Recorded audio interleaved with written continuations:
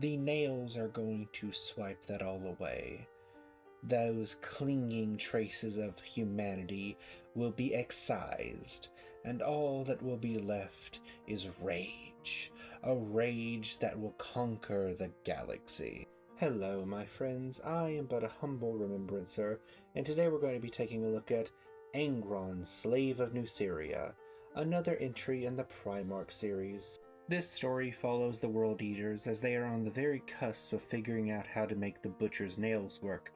It goes over a particularly horrible failure, what happens after that failure, and just why Angron is the way he is, exploring some of his childhood and just how incredibly messed up it is. The Primarch books aren't just to show the different Primarchs, but also to really get a feel for their Legion, and I think that this book did a good job of that. We see the Legion before they get the Butcher's nails being well-drilled soldiers working in phalanx of all things with shield walls, to being blood-mad berserkers by the time the nails get fully implemented.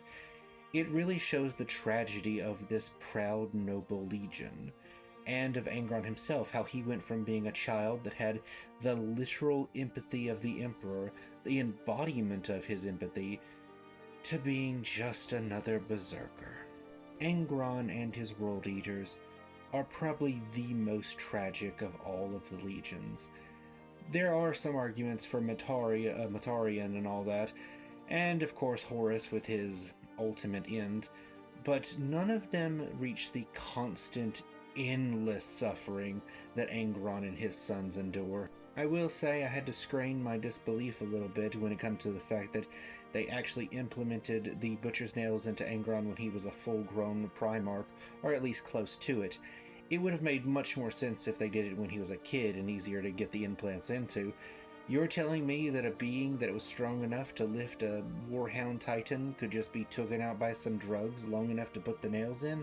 It's hard to believe. Also, a bit of a side note, unfortunately, the audiobook, even though it's pretty good, the voice actor just can't get Angron's voice down for anything. He does Karn and all of the rest pretty good, but he just doesn't get that visceralness, that deep-throatedness that I feel that Angron should have.